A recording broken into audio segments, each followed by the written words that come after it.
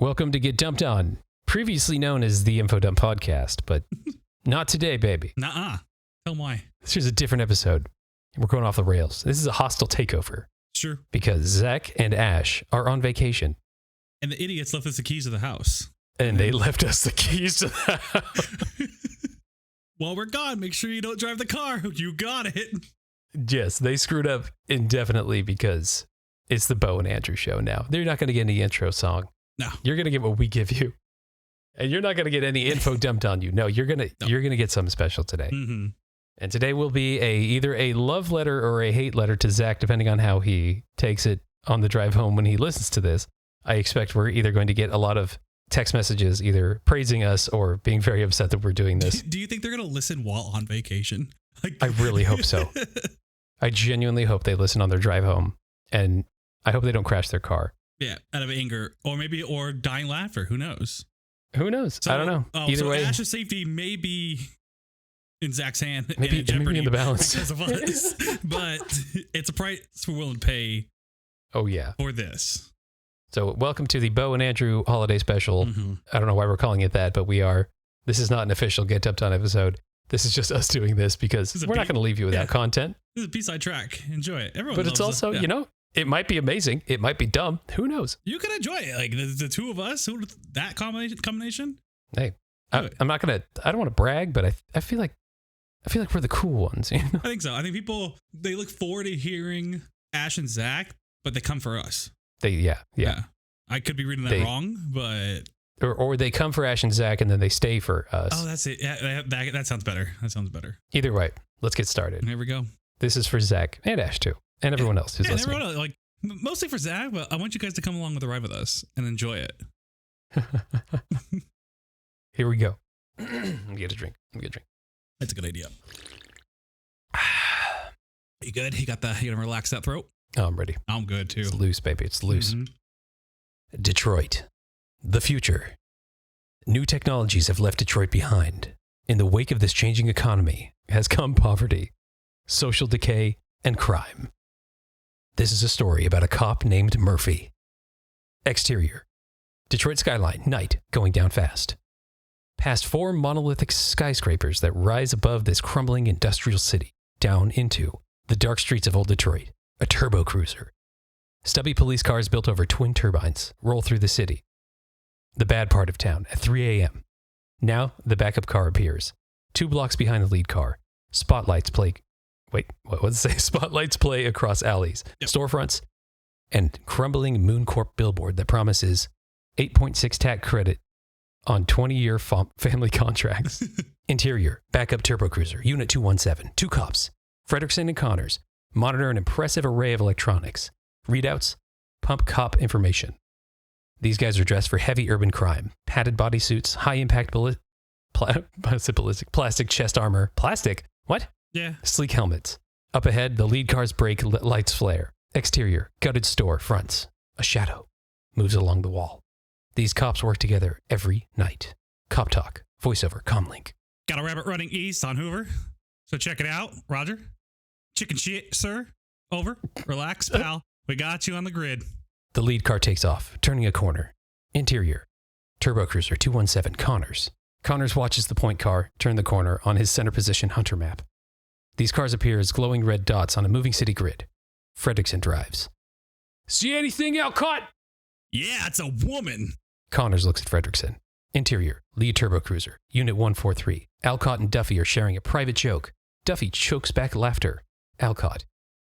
Jesus, pinch me, Duffy. I was Alcott. Am I crazy? I was Alcott. Were you? Oh, shit. Sorry. Yeah. You do. I gotta remember who I am. Pinch me, Duffy. Am I crazy or is she stark raving naked? Were you just Irish there for a second? A little bit. Duffy. She's holding a sign. It says free blowjobs. He's Australian. Interior. Turbo Cruiser 217. Fredrickson and Connors are skeptical now. Alcott, comlink. Oh my God, Fredrickson. It's your wife. Alcott and Duffy's laughter comes over the comlink. Connor giggles as Fredrickson rolls his eyes. The laughter stops abruptly in a shout of terrible surprise and a rush of static. On the CompuMap, the red dot. That was Unit 143 burst sudden. Wait, what? The red dot that was Unit 143 burst suddenly, covering the screen and filling the cockpit with red light. Connors. Connors looks at Fredrickson. Fredrickson hits the gas. Exterior, streets, Turbo Cruiser 217, blasts around the corner, lights blazing, and sirens yelping.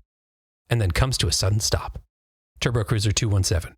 Fredrickson and Connors are frightened by what they see. Connors unsnaps the riot gun from the dash. Up ahead, Turbo Cruiser 143 burns and belches black smoke. The armored bodies of Duffy and Alcott spill into the street. Oh, damn, we're already dead. Fuck.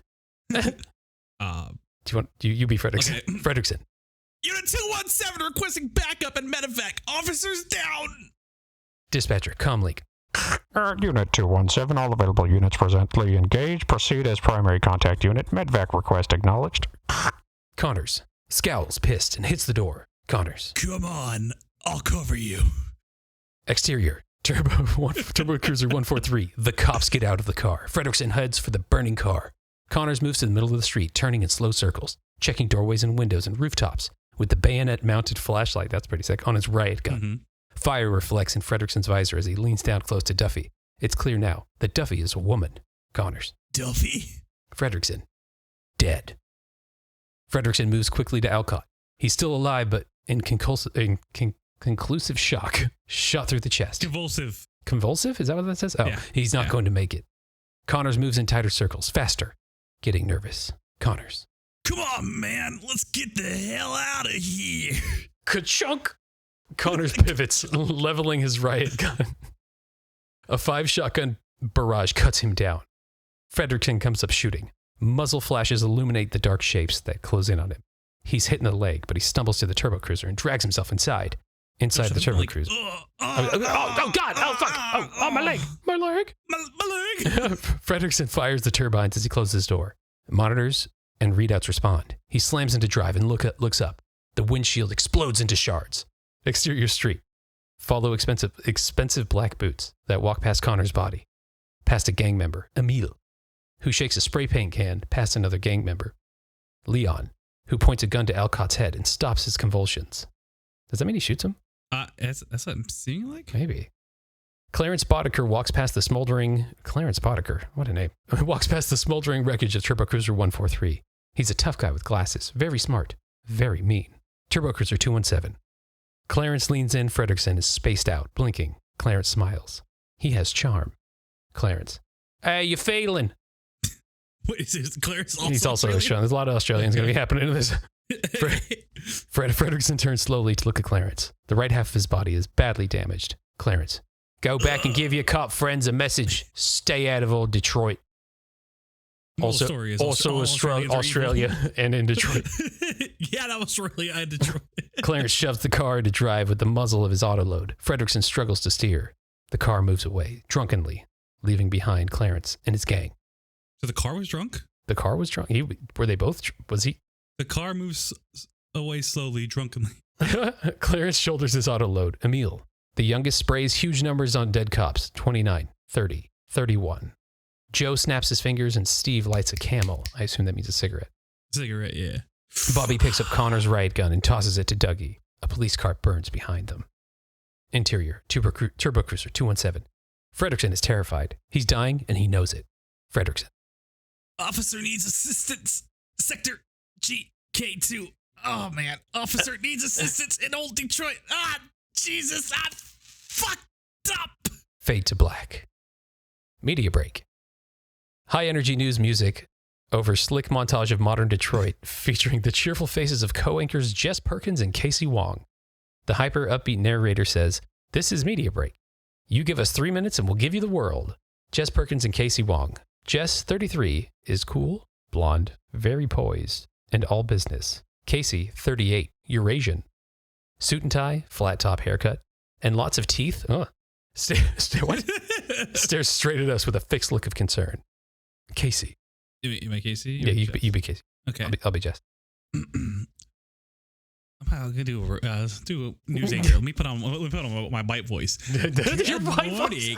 Oh wait, hold on. It's gonna sound ridiculous too after I say this. Good morning. I'm Casey Wong. Jesse Perkins, and these are today's top story. Oh my god. Victoria, the threat of a nuclear confrontation in South Africa escalated today when the white military government of that, besides the city Besieged. state. Besieged. Oh, besieged. The script we're reading is very... It's very badly scanned. That besieged the city-state unveiled a French-made neutron bomb and affirmed its willingness to use the 3-megaton device as the city's last line of defense. Ron Miller's angry face. He is mobbed by reporters as he leaves his office at City Hall. 2 aides follow carrying boxes. Jess, off screen. What does Jess sound like? Ron Miller called it quits today, relinquishing his city council seat after being denied a recount in one of the closest elections in city history. Tied on Casey Wong. Understated concern. Just the facts. Behind him, minicam footage of last night's massacre in Old Detroit. 3 cop graphics are marked out by large red X's. Casey. The police death toll in Old Detroit rose to 31 today when 3 officers were killed and 1 critically injured in exchange of gunfire just before dawn. Jess Perkins, smiling in reference to a live-action clip framed behind her. 3 dome kids pound out digital R&B and sleek guitars on their keyboards. That's fucking sick. Behind them, the lunar sea shines through thick glass windows. I said sick and it was stuck in my head. The camera work is amateur. Jess. And of course, there's the story of the enterprising lunar teens who started their own TV station. Casey. Uh-oh, sounds like competition. Yeah, we'll be back. It says chuckle in there, just a heads up. That's why Beau laughed. Yeah. Commercial 1. The curves of a woman become the curves of a car. It's back. Oh. We're moving around the enormous black sleek sedan. Dual exhaust, mirror paint. Big is back. The woman's reflection walks through the lines of the car as we follow her around to the front of the car. We are suddenly sucked into the giant shark maw air intake. And it's got turbine power. In the roar of blue flames, her animated lips beckon. $6,000 in American tradition. Commercial 2. Do you want to do commercial 2? Wait, you want to read the whole commercial? Yeah, I can read the commercial. You do. Okay. Yeah. Smarmy? Yeah. Okay. A Smarmy doctor shows us around his high-tech clinic. It is time for that big operation. This may be the most important decision of your life. Come down and talk to one of our qualified surgeons at the House of Hearts. We have complete line of Jarvix and limited supplies of the new Jensen Sports Heart. 3-year warranty, complete financing, qualifies for a health tax credit. Remember, we care. Casey Wong, serious now, in depth. Casey. The death. Oh, sorry. 3 dead police officers. 1 critically injured. Police union leader blames Omi Consumer Products. The firm it's which Omni. recently. What? I think it's Omni. Oh, it just fucking blends in, man. This is the best we got. Okay. Entered into contract with the city to fund and run Detroit's Metropolitan Police Department. Dick Jones, division president. Omicron. I don't think I've ever actually seen this movie too. I think I've only seen the sequel.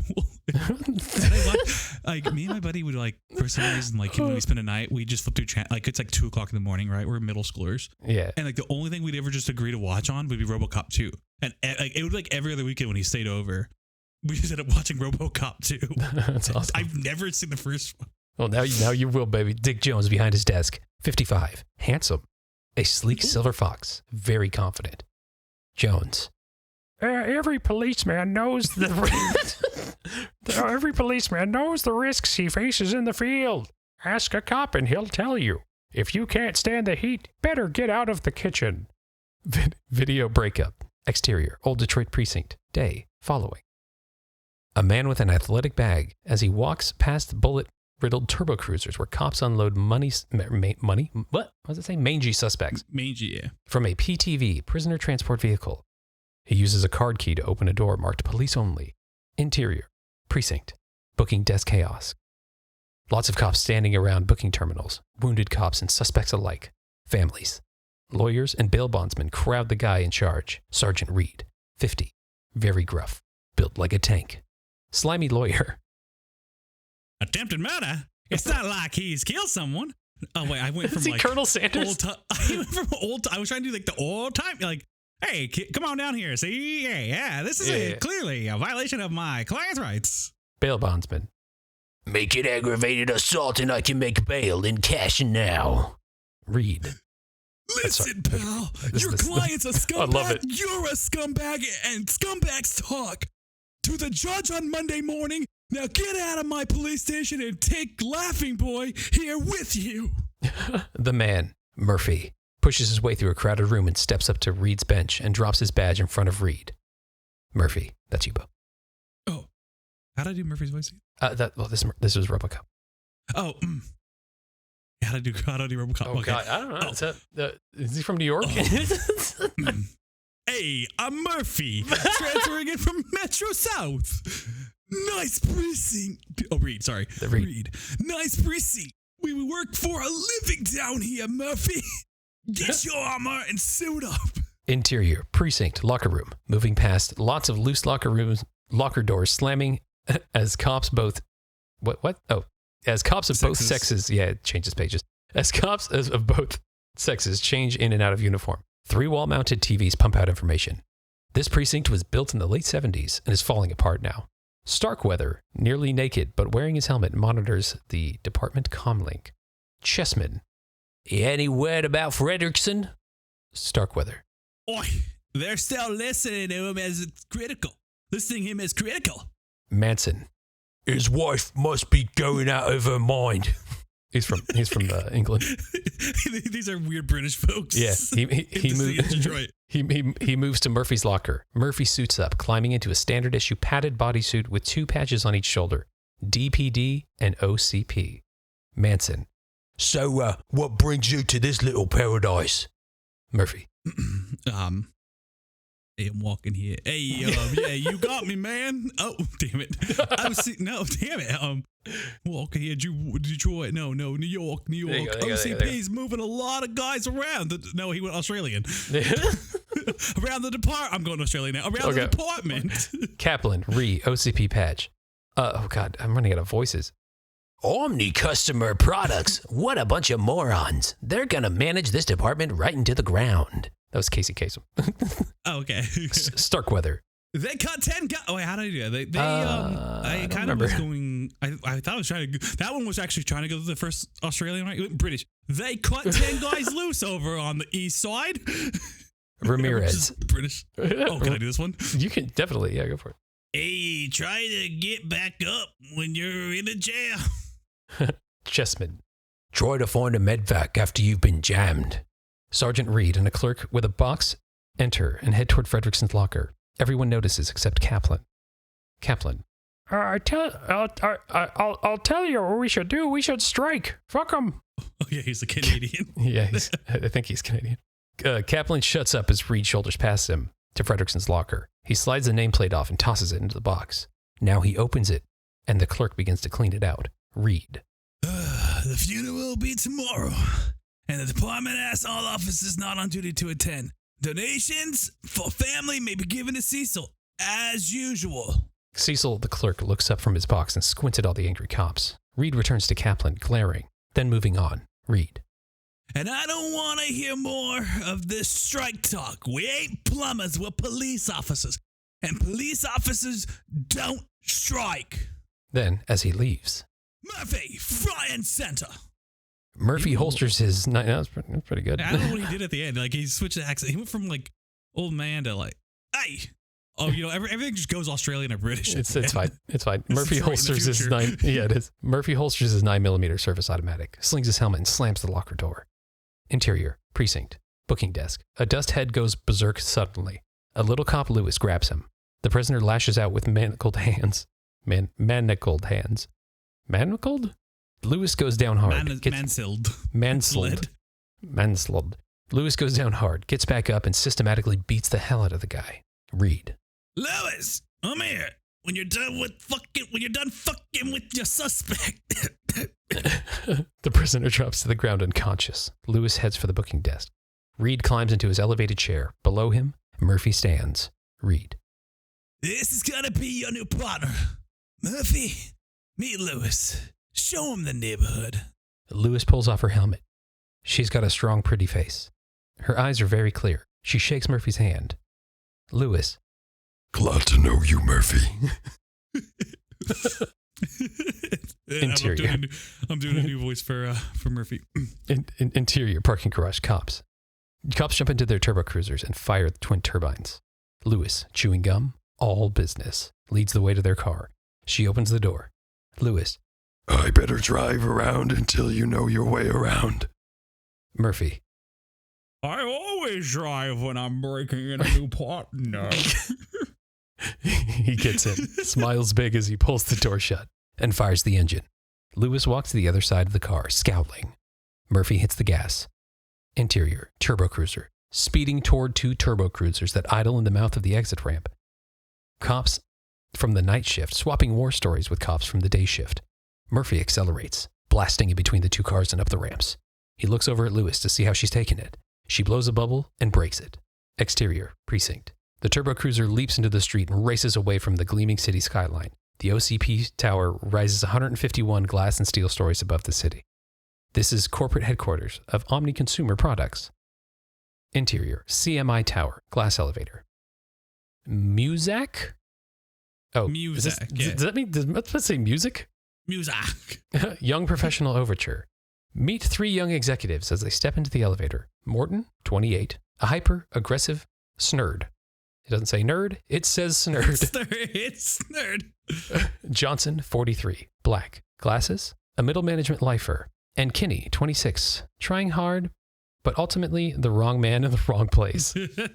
Yeah, same, bro. The doors nearly snap shut on Kinney as he gets in. He grins. Kinney. You really think the old man's gonna be there? Why would he invite us? Johnson. All the division heads are bringing their support teams. It's big. I figure they're greenlighting Delta City. Morton, really bummed. Are you kidding? They'd never do anything ahead of schedule. It's Jones. He's got a 209 series online, and now he just he wants to show off. Johnson. Oh, that's a tough break, Bob. Kinney. What? Interior, OCP tower, display lobby. The elevator doors open and three executives and the three executives walk fast down the hall, joining other executives on their way to the big meeting. Pictures on the walls show the many and varied divisions and subsidiaries of Omni Consumer Products, travel concepts, community concepts, entertainment concepts, security concepts. The products and degree of specialization are endless. Johnson lowers his voice now because there are other people around. Johnson. Which one was Johnson? He only did one of them. So. Explaining for Kinney. When ED 209 ran into serious delays and the cost overruns, the old man ordered a backup plan, probably just to light a fire under Jones's ass. Old Bob here gets the assignment, and no one in security concepts takes it seriously. Unfortunately, Bob does. Morton. It's a better plan. Fucking Jones. I'd go straight to the old man if I could. He's like Eeyore. Yeah. Johnson. Don't mess with Jones, man. He'll make sushi out of you. Kinney. Yeah, better be careful. I hear he's a real shark. They reach the big double doors marked boardroom. Morton holds the door and takes it all out on Kinney. Morton. Who the fuck asked you, twerp? Johnson, hissing. Bob! Interior, OCP tower, boardroom. Morton, Johnson, and Kinney take seats along the wall. The long boardroom table is reserved for brass. Above the table, a rack of monitors broadcast the CMI logo silently. Dominating the table is a delicate model city of bridges, spirals, and gardens. If it were real, you'd want to go there. At the head of the table, the old man, a corporate king, benevolent now because he's unapproachable, and Dick Jones confer quietly. Old man. Well, that gives us some time. What about this police thing? What seems to be the problem? Jones. The union's been bitching ever since we took over. Now we have a media issue, and they're throwing their weight around, the usual crap. I'm confident that we'll turn things around in the next phase of the takeover. Old man. Good. Very good. To the room. Okay, let's get started. I've had a dream for more than a decade now. and I've asked all of you to share it with me. In 6 months, we begin construction of Delta City, He waves toward the model. where old Detroit stands now. I grew up in old Detroit. As a child, I played in the streets, the same streets that become a breeding ground for crime and social decay. Before employ the 2 million workers that will breathe life into the city again. It sounds like We he's must dying. pacify, he's old man, pacify old Detroit. Pauses for effect. Although shifts in tax structures have created an economy. It's economy. I know, I fucked up because I was still point. Ideal for corporate growth. Community services, in this case law enforcement, have suffered. And I think it's time we gave something back. Dick? Jones, as he stands in the monitors above him, roll a slick montage. Jones. I'll take a close. He's Arnold Schwarzenegger now. Take a close look at the track record of this company, and you'll see we have gambled in markets traditionally regarded as non-profit: hospitals, prisons, space exploration. He turns toward the charisma. Wait, he turns on the charisma. Ooh, okay. Charismatic Arnold. I say good business is where you find it. I don't know what the fuck that was. As you know, we have entered into contract with the city to run local law enforcement, but at Security Concepts, we believe efficient police force is the only part of the solution. The information on the monitors above him suggests a corporation with the scope and influence of an emerging Western nation. Jones is putting on a good show. No, we need something more. We need 24-a-day police officer. A cop who doesn't need to eat or sleep. A cop with superior firepower and the reflexes to use it. He pauses at the boardroom's huge double doors. Fellow executives, it gives me the great pleasure to introduce to you the future of law enforcement, ED-209. The doors open on ED-209, a robotic 7-foot headless hunchback with arms that end in cannon muzzles. Executives ooh and ah at this fancy piece of technology. Morton can hardly contain his disgust. The robot steps into the room, flanked by a scientist, Dr. McNamara, and several technicians with a rolling test cart. Jones. The enforcement droid, Series 209, is a sufficient urban law enforcement robot. 209 is currently programmed for urban pacification. But that's only the beginning. A successful tour of duty in Old Detroit, we can expect 209 to become the hot military product for the next decade. Dr. McNamara. McNamara nods to the technicians who huddle briefly over the test cart. GIQ, 10 over. Okay, A-OK. And break for final adjustments. 209 flexes its robotic limbs, assuming control. Dr. McNamara. You'll need an arrest subject. Jones scans the room. Mr. Kinney, would you come up here and give us a hand? Miss Kinney, ever eager. I think that was your upbeat guy. I'll take. Yeah, very eager. Yes, sir. Jones opens a sleek black case. Inside is a chrome SC-357 Magnum. Kinney takes the gun, examines it, and looks at ED-209. He's having second thoughts, and Jones makes the most of it. Jones. Mr. Kinney will help us simulate a typical arrest and disarming procedure. Mr. Kinney, use your gun in a threatening manner. Point it at ED-209. Kinney draws the tentative head on ED-209. The robot reacts with surprising speed, pivoting to the face of the threat. ED-209.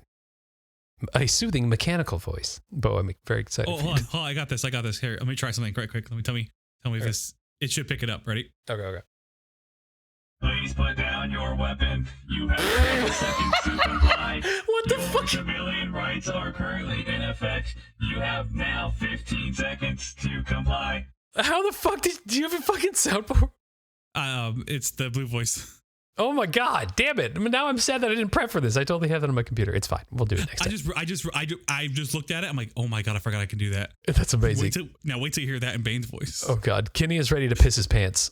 Several executives, including Jones, chuckle at his discomfort. Jones. I think you better do it, he says, Mr. Kinney. Kinney drops the gun and it thumps into a deep pile in the carpet. ED-209. If you cannot afford an attorney, one will be appointed to you for you. McNamara shares an obnoxious look with his head technician. They both head for the test cart. ED-209. Now you have 5 seconds to comply. Suddenly, a burst of sparks and a sharp pop emanates from ED-209's shoulder joint. Jones is suddenly concerned. Morton notices. Something is very wrong here. Kinney tries to get out of the way. ED-209. 3, 2. One of ED-209's deadly arms cocks into firing position and sweeps the room, tracking Kinney's awkward retreat. Executives gasp and duck. ED-209. 1. You are in direct violation of Penal Code 113, Section 9. I am now authorized to use necessary physical force. ED-209 fires an extended burst, catapulting Kinney across the boardroom table, where he lands on the fragile model of the Delta City and reduces it to rubble. Pandemonium. Technicians scramble to shut ED-209 down. He turns on them, issuing warnings. Someone's on the phone, screaming, "Hello, Medical Concepts, get a paramedic team to the 151 floor, whatever, 151st floor right now." Executives shriek. Blood runs into the tiny streets of old Delta City. Old man, meaning it. Dick, I am very disappointed. Jones, cleaning his suit, is cleaning blood off his suit. I'm sure it's just a glitch. Only a temporary setback. Dr. McNamara.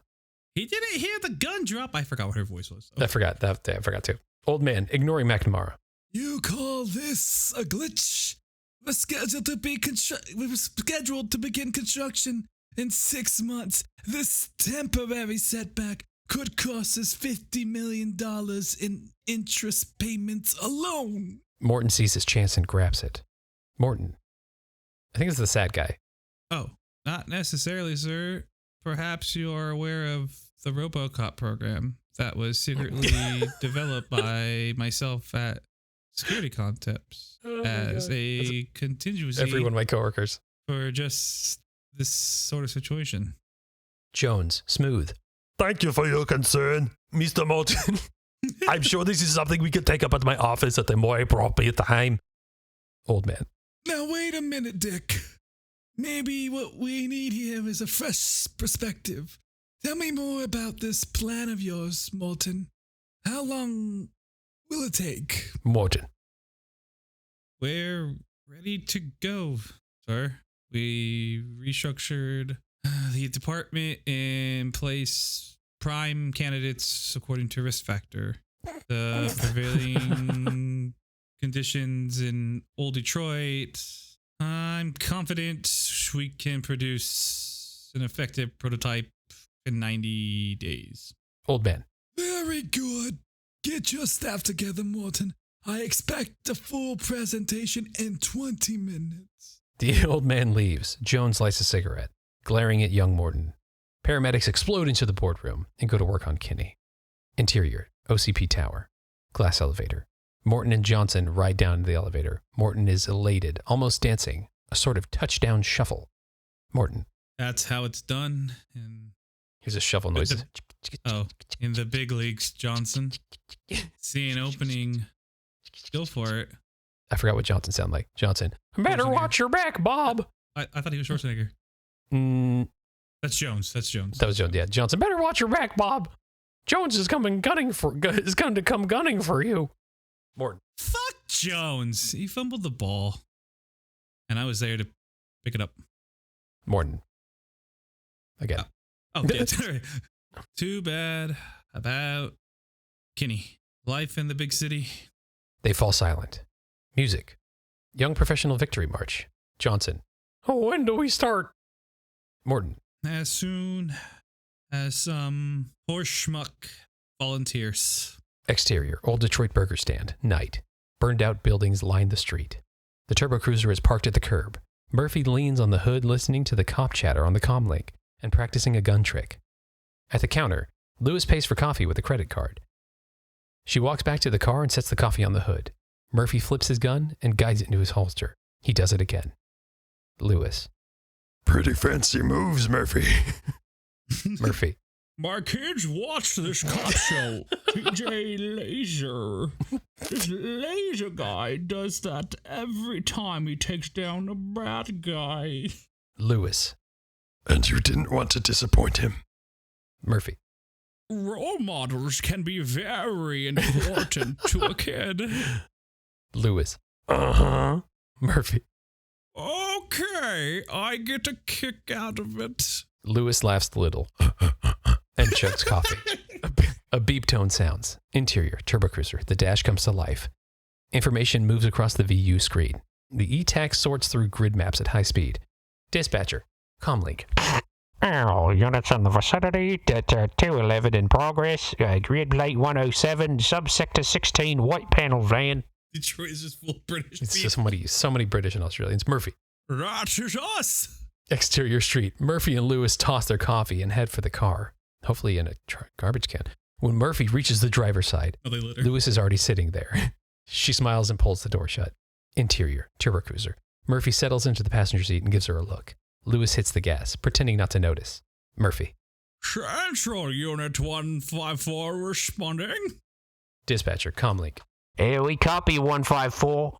Suspects are armed and considered extremely dangerous. Use of high explosives in the connection with the robbery of... Interior, white panel van. Clarence and the gang.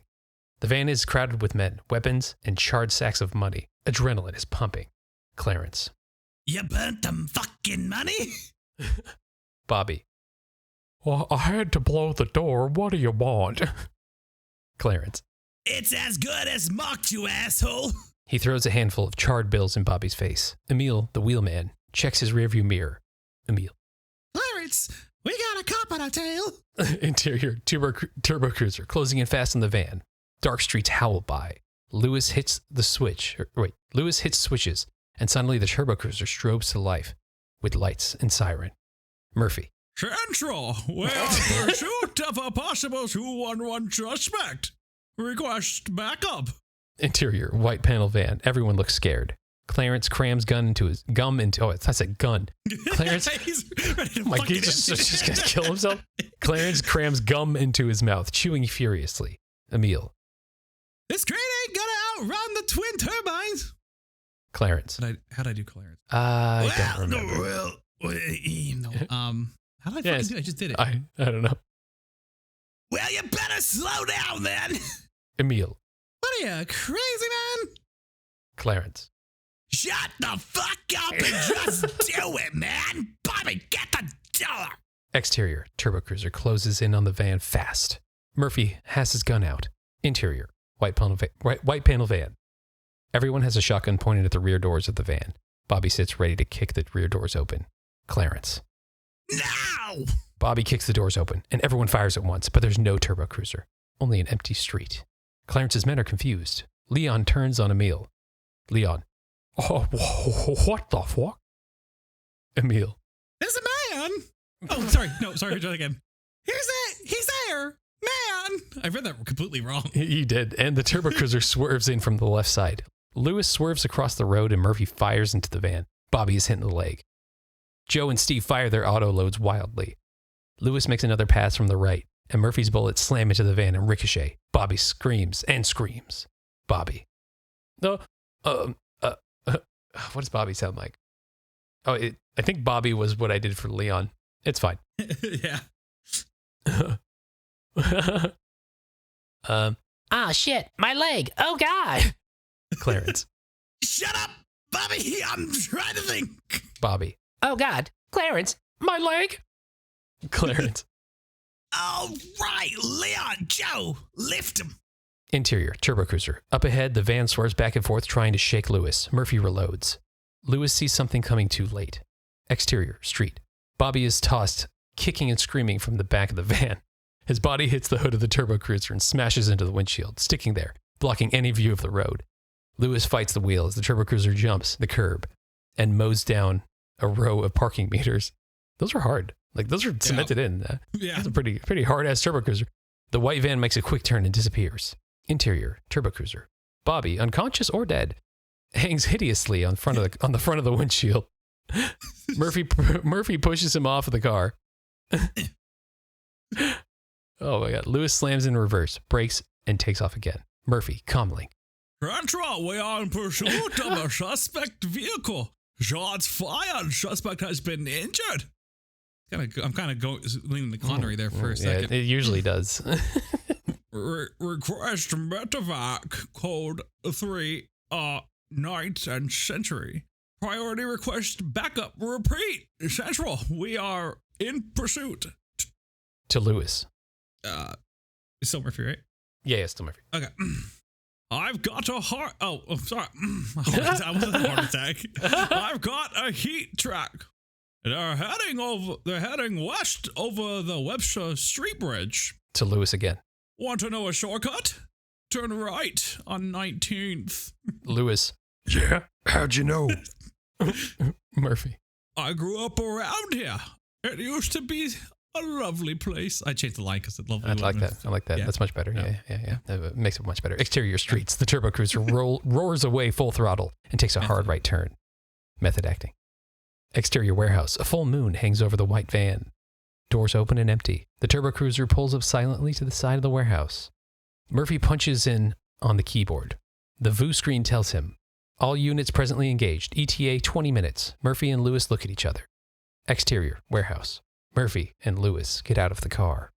Murphy. You called it. Lewis shoves a stick of gum in her mouth. Lewis. Let's do it. Murphy points to the front entrance. Lewis nods, chewing gum. Indicates a stairway leading to the second story. Murphy on the comlink. Stay in touch. He stands for a moment in the white light of the moon, and then he's gone. Lewis heads up the stairs that climb the side of the building. Interior warehouse. Moving fast with Murphy as he ducks between the stacks of cargo containers that form a labyrinth across the vast warehouse space. He hears voices and moves toward them. Interior warehouse. Lewis moves quietly past towering stacks of crates. She hears a door open and flattens herself against a wall. Someone unzips and starts to pee. It streams around the corner. Interior warehouse. Murphy on the move across the warehouse floor. He stops, listening. Someone's watching TV. He moves quietly, getting closer. He peers around the corner and sees Dougie and Emil sitting on a dilapidated furniture watching TV. Emil lights a Panama Super cigarette. Dougie. What does Dougie sound like? You know, those things will kill you. Emil. Yeah, you want to live forever? Murphy retreats, working his way around the other side. Interior warehouse. Joe is taking a leak next to the freight elevator, and Lewis puts a gun to his head.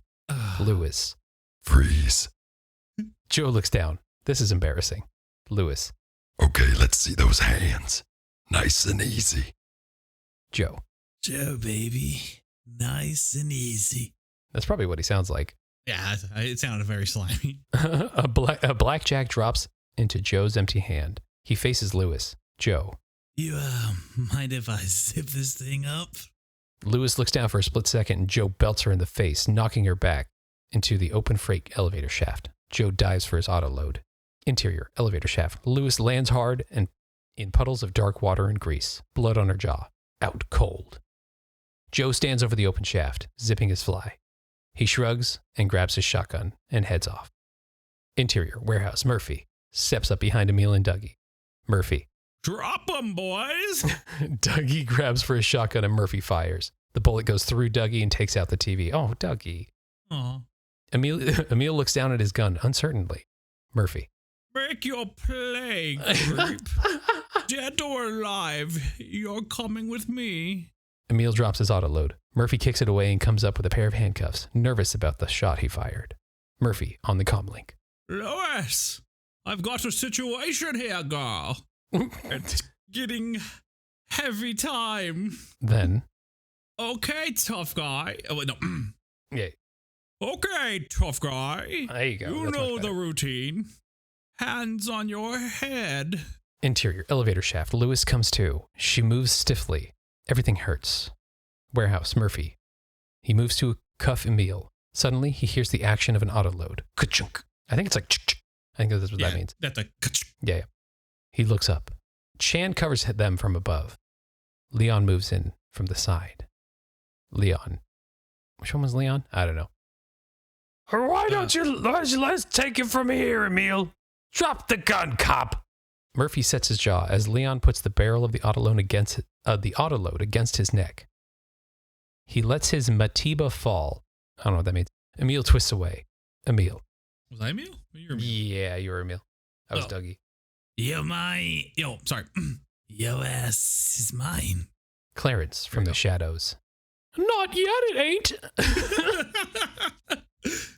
Interior elevator shaft. Lewis looks stunned. She makes a running leap, grabs at grease-encrusted cables and starts to climb. She falls back hard, the cables tearing into her hands. Clarence steps into the light and saunters up to Murphy. Shotgun tipped casually at his shoulder. He walks around Murphy, inspecting him. Clarence. You a good cop. Off his name tag. Murphy? Murphy is silent. Sure. You gotta be some kind of great cop to come in here all by yourself. Clarence clubs Murphy viciously behind the knees with his autoload, and Murphy hits the ground. Joe arrives out of breath as Clarence stuns Murphy with a blow to the face. Clarence. Where's your partner? Joe. You take Joe. Oh, the other guy, the other one's upstairs. I took her. Oh no, Joe was. Oh, that was the guy. creep guy. Okay, be creepy. The other one's upstairs. I took her out. Murphy on his knees. Clarence hovers over him. Clarence. I bet that really pisses you off. You probably don't think I'm a nice guy. Murphy. Buddy, I think Murphy's you're no, slime. Murphy. It's Murphy. Murphy. Murphy. Yeah, yeah. Sorry, buddy. I think you're slime.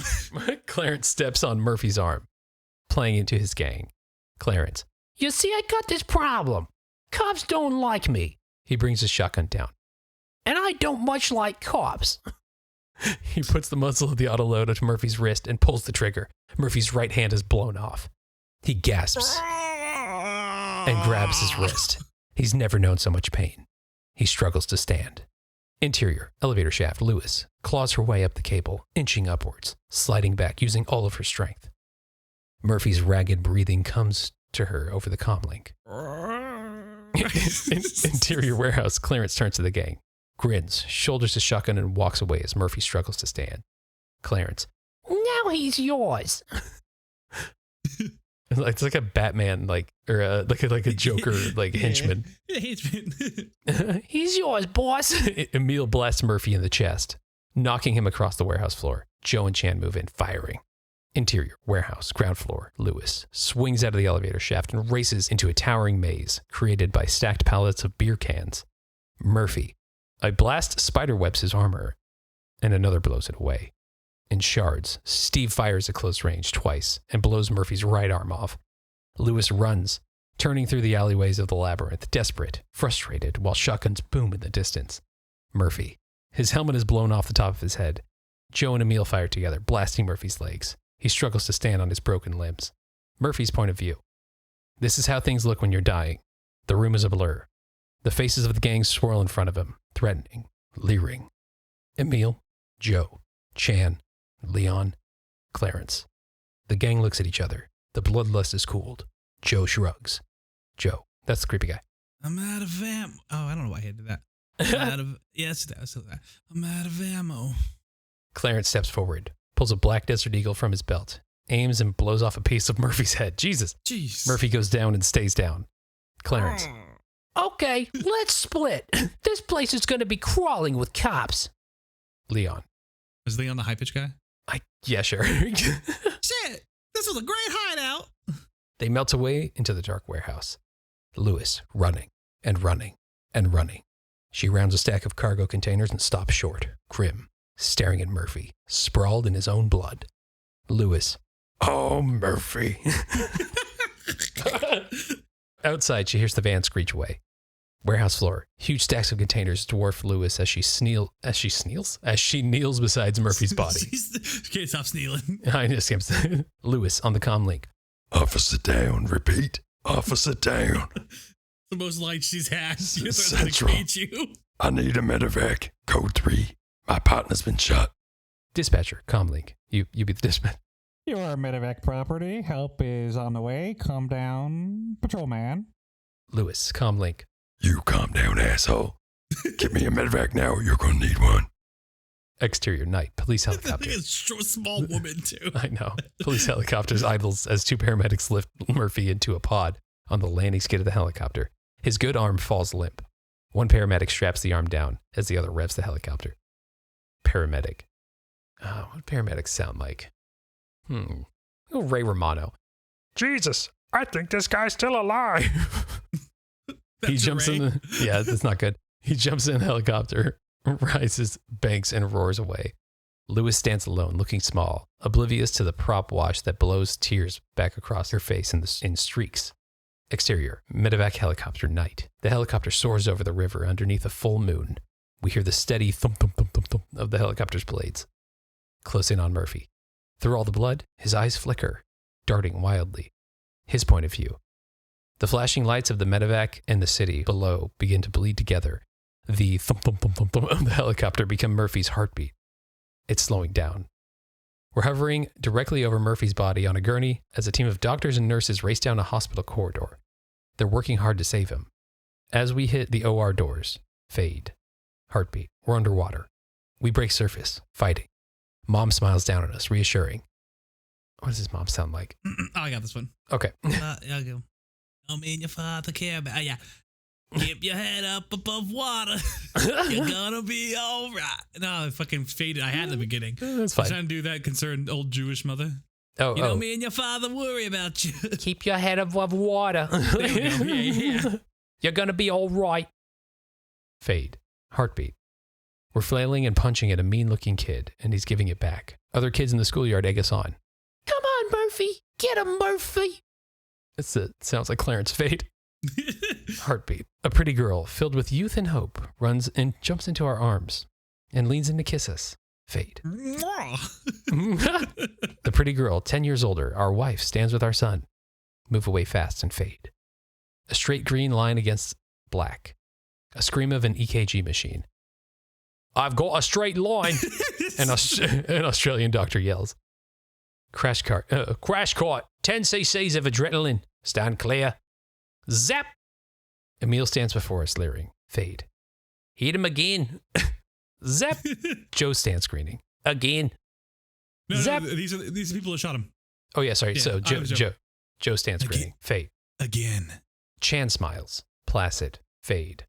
Clear. Zap. Leon takes his bow. Fade. Once more. Zap. Clarence smiles and bids us goodbye. Fade to black. That's it. He's gone. Then, Okay, hook him up. Patch him up. I'll make the call. the voices fade. Silence. The electric pulse of an artificial heart begins. While static thunders through us, it sparkles and dances almost alive. Now it fades, and a grid of green lines fills the screen and snaps off. Color bars pop on. The colors change hue as the color balance is adjusted. Vertical hold goes out. Someone says, "Sheet," and it shuts down. Black. Snap. We're inside a complex laboratory. Technicians hover around us. The world goes from black and white to color. Are we locked in? A technician peers in. Everyone's Australian in this hospital. Snap. Black. Sound. Then click. We're on again. Technicians and scientists stand around. Morton gives us a cool, paternal look. Johnson stands behind him. Tyler. We were able to save his left arm. Morton. What does Morton sound like? Morton? Yeah, Morton, he's like an old school guy, you know? Mhm. He's like, What? I thought we agreed on total body prosthesis. Lose the arm, okay? That's what I tried to do with that other guy. like right in the beginning, yeah. Yeah. Then, Can he understand what I'm saying? Meh. Roosevelt. Wish I knew what Teddy Roosevelt sounded like. Probably exactly what Morton sounds like. It doesn't matter. We're going to blank his memory away. Morton. I think we should just lose the arm. What do you think, Johnson? Johnson. Did we already do Johnson? I don't think so. I think Is Johnson's it new new. Johnson? I think it's a new Johnson. Well, he signed the release forms when he joined the force. Legally, he's dead. We can do pretty much what he wants. Morton. Leaving. Lose the arm. Tyler. Fuck, I just did talk to You just did Tyler. I know. Okay, shut him down and and prep him for surgery. Click. The lights go out. Technician 1. Voiceover. Can you bring the systems up for a minute? I got to check something. Snap. We're back in the lab again. Morton, Johnson, and 2 suits, marketing and legal, study us. A technician hovers over us with a complex mechanical arm. Thousands of shiny steel tendons wrap the limb. The table we're on elevates and turns as the technicians struggle to connect the arm. Marketing. Our studies have shown that the importance of human recognition factor in the acceptance of authority. Technician 1. Thanks. Can you move him to the left? Keep him going. Okay. Hold it. Legal. We're getting into shaky territory here. It's not clear what the legal ramifications would be if the former associate were to recognize the deceased. Technician 2. Attach neural connectors to G7, AR1, and AR4. Yeah. Technician 1. Watch his head. Tilt back. Careful. Right there. Morton. Look, he's law enforcement. He's a law enforcement product. I don't even know who Morton was. He should have. Yeah. He should look like a tough son of a bitch. I think that was that guy. Technician 2. Fuck it. Don't worry about the S series. It's a temporary patch. Arnie, give me a DDQ 4 amps over. The fingers of the mechanical hand open and close. Click. A blur of lines, targeting signs and data rip across the screen in all directions. Roosevelt, voiceover. Come on. Let's turn on him. Let's turn him on. Let's turn him on. Snap. We're looking at the face of drunk Roosevelt. It's a lady. Wasted. Oh. No, she's holding a glass of champagne. Tyler and lots of technicians in various states of inebriation. Tyler. Happy New Year! That's how he sounds inebriated. Yeah. We turn our neck and take in the room. Technician. Hey, he's looking at us. Scientists and technicians raise their glasses and blow their noisemakers, not their nosemakers. The female scientist leans over and gives us a kiss. Click. We're out. Under a plastic shroud, signed on. Morton, voiceover.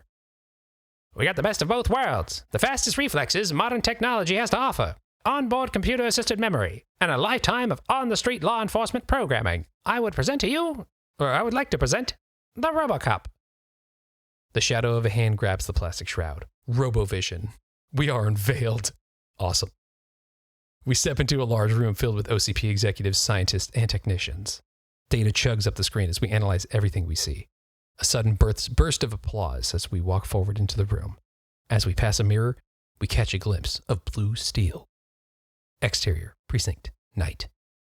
A motorcade consisting of 3 white stallion wagons and an all-white semi pull up in front of the precinct. A small army of technicians exits the station wagons and heads for the semi. Now a dark sedan pulls up on the opposite side of the street. Morton and Johnson get out. Interior, precinct, booking desk. Not much going on. A couple cops take witness reports to booking terminals. A family sits on a long bench, waiting. A smart-ass prisoner bores Reed with his rap. Prisoner, you should rap this. It says it with his rap. Okay. I'm what you call a repeat offender. Man, I gotta repeat. I will offend again, you see. I get my orders from a higher source. Reed. Shut up, asshole.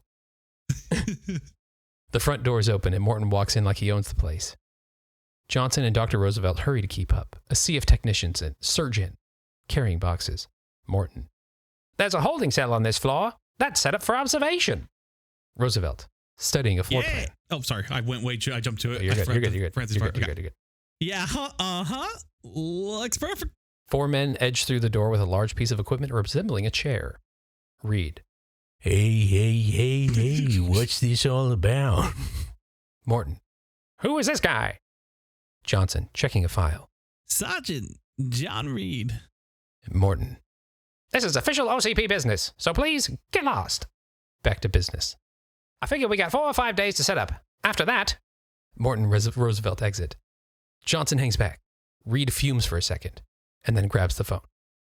This is bullshit, man. I take my orders from cops. It's Tommy Chong. It's Tommy Chong. Okay. He trails off, slack-jawed. The cops stare at what they're doing. Everybody stares. What they see? 2 technicians hold the doors open, and Robo steps through. He scans the room, taking in everything, then walks past. The cops are suspicious, impressed, curious. This is like no cop they've ever seen before. The prisoner is wide-eyed. Prisoner, you have to wrap this too. What is this shit? Interior precinct corridor. 6 cops crowd a wire glass observation window, looking in the holding cell. Technicians help Robo onto the chair. Interior holding cell. Banks of equipment surround the chair. Technicians monitor readouts and run tests. Robo leans back into his chair. Indicator lights go on above his head. Morton watches as Roosevelt, Tyler, and other scientists make adjustments. Tyler. What does Tyler sound like?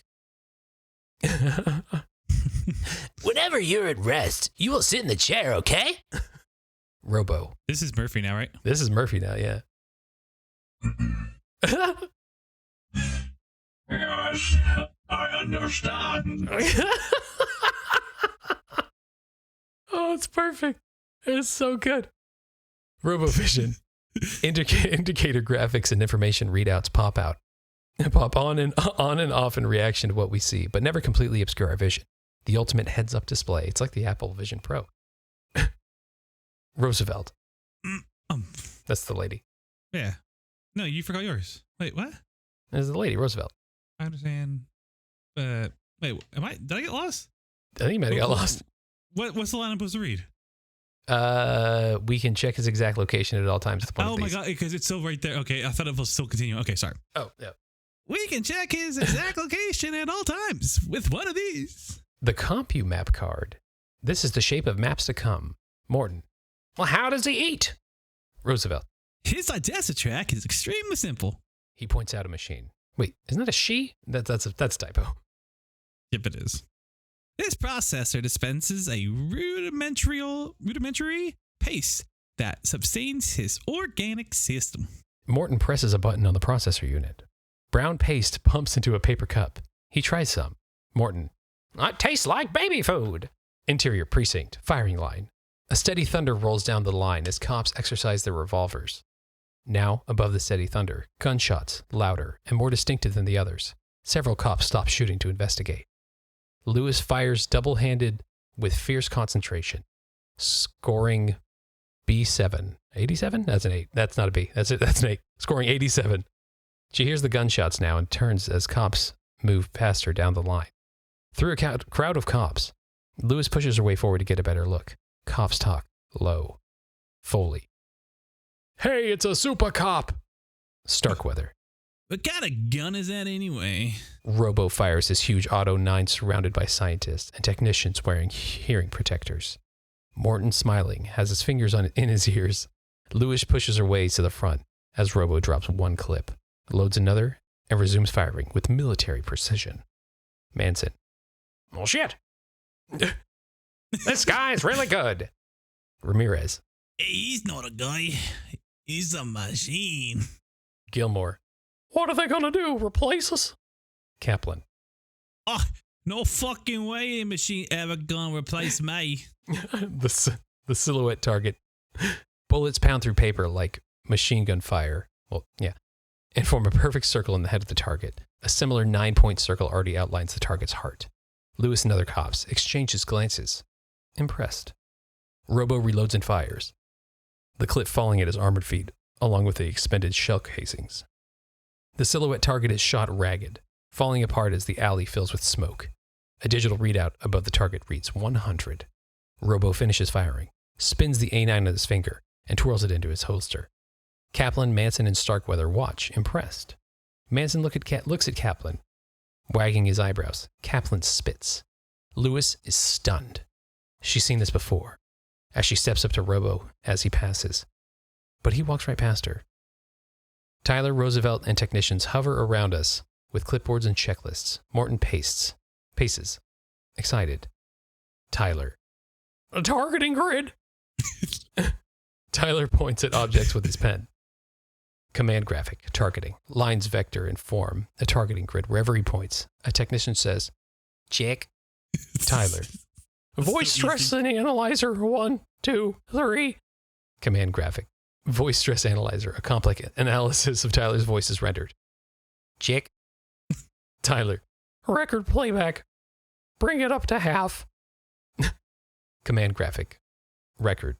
A small screen defined in the upper right-hand corner. Now the image expands and fills up half the screen. Tyler is saying, Bring it up to half. Tyler. He's ready. Morton. Great. Morton bends down, close, and we see him in tandem on both screens. Morton. RoboCop, what are your prime directives?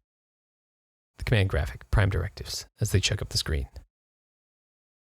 You say those. Oh, I say, is those number ones or As RoboCop voice? Yeah, RoboCop voice in all of them.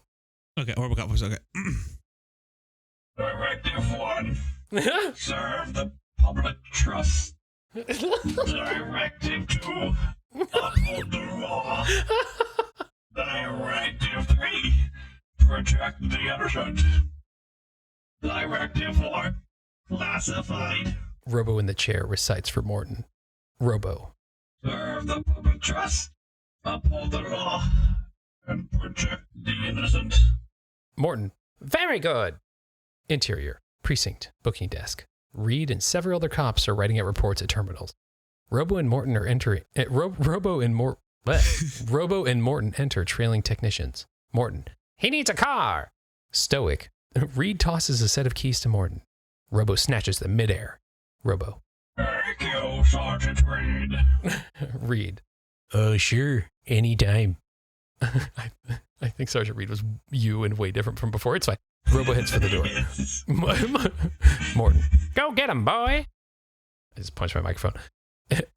When I talk for Morton, I have to use my hands. Like, hey, see, I'm sure. Yeah, I've been using different I've been shuffling my shoulders around, just trying to get into these stupid characters. A shiny new turbo cruiser is parked out front. Robo gets in, fires the turbines, and roars off into the night. And there, to be continued. Thank you if you've made it this far. I hope you enjoyed it. I'm having a great fucking time. I can't wait for part 2. Do we let them decide if we do part 2, or are we just doing part 2 anyway? You know what? I don't know. We'll see how angry Zach is that we didn't involve him, and we will continue to not involve him in this reading of his favorite movie script. All right. Oh my God. So, hey, thanks for listening to this episode of Get Dumped On. You've learned absolutely nothing except how great me and Beau are at doing voices of Australian people. Oh, yes. Please put us. We're professional trained voice actors. Yeah. Hire definitely. us. Definitely. And then I think we can do impressions of people. Yeah, my Tommy Chong and my Arnold Schwarzenegger were very good. I love that. I'm very I really good at hope. that. You know, the best part is I don't know Robo Vane's voice. So I'm going to hear, I can't wait for you when this is up. I can't wait to hear it for the first time. It's fucking ridiculous, dude. Anyway, thanks for listening to Get Dumped On, the Beau and Andrew holiday special. Zach, if you made it this far, again, I'm sorry if you're mad. Actually, no, I'm not. You're a good champ. Regardless if you like it or hate it, we're going to finish it. We're just going to keep going at some point. If Ash and Zach ever go on vacation again, you know what's coming. Yeah, so it may be a year, maybe a couple. But you never fucking part know. 2 eventually is going to happen. Oh, yeah. Until then, thanks for listening to Get Dumped On, the RoboCop podcast, the Beau and Andrew Hostile Takeover holiday special. You can find us on Instagram at Get Dumped On Podcast. And send us an email, getdumpedonpodcast@gmail.com if you absolutely loved or hated this. I want to know. And you know what? I'm going to do you guys one better too. Comment or email us anything. And if you do, and if you say I should do like it, we'll give you a line for the next time we do the script. We'll have you just record one line and we'll put it in the thing. That'd be awesome. Or you could just join us. I don't give a shit. Yeah, that's true too. All right, thanks for listening. Bye. Bye. Bye. RoboCop out.